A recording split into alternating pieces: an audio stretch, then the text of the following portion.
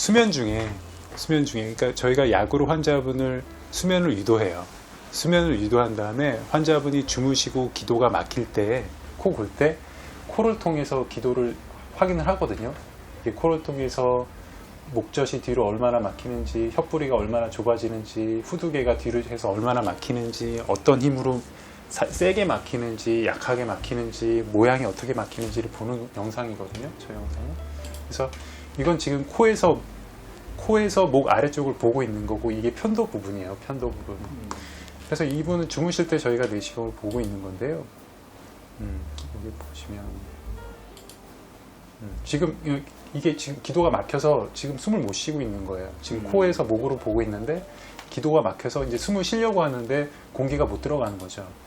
근데 이런 분들 보면 이게 지금 편도거든요. 양쪽의 편도가 평소에는 이렇게 깨어 있을 때는 열려 있다가 잘 때는 기도가 탄력이 떨어지면서 이렇게 붙어가지고 숨을 못 쉬는 거예요. 지금 근데 이분 이제 이렇게 해서 이게 편도가 보이죠, 이렇게. 약 덩어리가 이렇게 막히는 거거든요. 근데 이 환자의 경우에 저 상태에서 아래쪽 기도가 유지가 되고 안 막히면 이 편도 떼고 이런 수술하는 게 도움이 될 거예요, 굉장히. 이런 분들은. 그래서 이 상태에서 아래가 막히는지 보거든요. 이 상태에서 아래를 봤을 때 여기 보면 편도가 이렇게 막히긴 하는데 아래쪽 후두개나 혀뿌리는 좁아지지가 않거든요. 그러니까 이런 사람들은 수술하면 굉장히 도움이 될 수 있을 것 같다는 예측을 할 수가 있어요. 근데 반면에 예를 들어서 수술이 도움이 안 될 것 같은 분들은 어떤 분이냐면, 예를 들어 이런 분들 설명해 드릴게요. 이분은 다른 데서 수술을 하신 분이에요. 코골이 수술을 하셨죠. 그러니까 편도를 떼고 목젖을 잘라서 넓혀놓고 그런 수술을 하셨어요. 그런데 수술하고 효과가 없어서 이제 병원에 다시 수술하러 오셨죠. 나 다시 수술하고 싶다. 근데 이제 저희가 이제 주무시면서 내시경을 촬영해봤죠. 내시경을 촬영해봤는데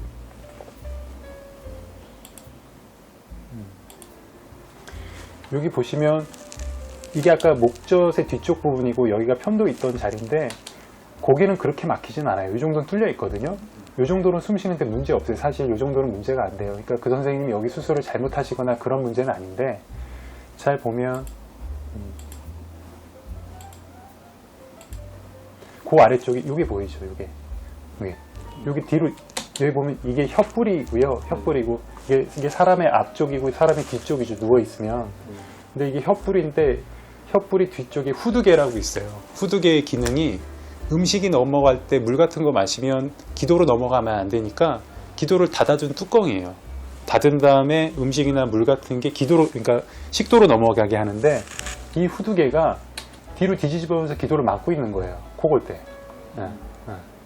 지금 숨을 들어 마시려면 이렇게 딸려 들어가면서 이제 코 골고 무호흡이 생기는 건데, 근데 이거를 제거할 수는 없어요.